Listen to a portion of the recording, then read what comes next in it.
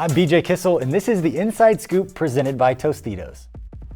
The Chiefs beat the Broncos by a score of 30-6 Thursday night at Mile High Stadium in Denver and picked up their franchise record 8th straight win over their divisional rival, which ties them for the longest current winning streak for any team in the NFL against a division opponent. And while much of the talk will center around Patrick Mahomes' knee injury and his status moving forward, the performance of the Chiefs' defense should be highlighted because it was simply dominant. 4th and 6 here at the Chief 49. Flacco over the middle, broken up by Rashad Fenton.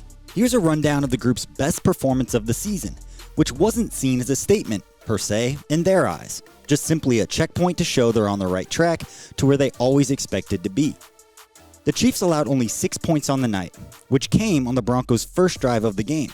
The Chiefs shut them out over the final 54 minutes of the game, and the 24-point win was the biggest point differential in Denver in the series between these two teams dating back to 1966. And the Chiefs allowed just 205 total yards to the Broncos offense, and just 130 after the Broncos' first drive, which comes out to an average of just 2.32 yards per play that the Chiefs' defense allowed after the Broncos' first drive.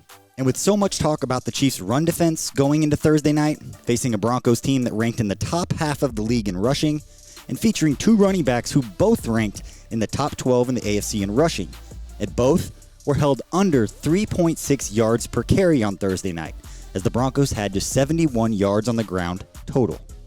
But more than anything, this game was about pressure. The Chiefs pressured Broncos quarterback Joe Flacco on 42.8% of his dropbacks, according to Pro Football Focus. And that was led by Frank Clark's 6 individual quarterback pressures. Overall, the Chiefs were able to bring Flacco down 9 times, the third most for any game in franchise history. And in case you need a reminder, here's what those sacks look like. 19 from the pocket. Flacco! Buried! Ball's loose! Alex Okafor. And Flacco's headed down he goes. To throw is Flacco.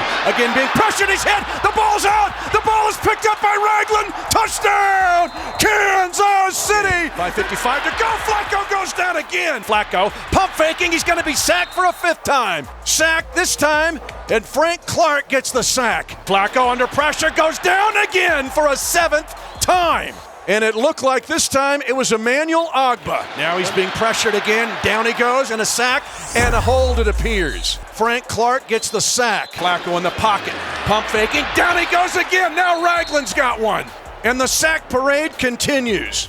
And to go one step further, the Chiefs' defense also held the Broncos to converting just 1 of 13 third down opportunities. And let's throw some defensive love at the Chiefs' special teams unit as well, because on the attempted fake punt, check out safety Jordan Lucas stay heads up to take away the throwing option for the punter. And then check out the hustle of DeAnthony Thomas, who is back deep to return the punt, sprint down to also help take away that throwing option. And finally, perhaps the most encouraging thing from the Chiefs' defense on Thursday night was simply due to how it started. The Broncos were only able to put any points on the board because of 2 third down penalties by the Chiefs' defense that extended that opening drive. It started out a little rough, and they easily could have shelled up and played a here we go again game. But that's not what happened because that's not who they are. Again, this wasn't a statement by the Chiefs defense. The players said as much after the game. It was simply a public display of a checkpoint achieved on the way to something bigger. Be the MVP of your tailgate with Tostitos Chiefs bags. Available in stores now.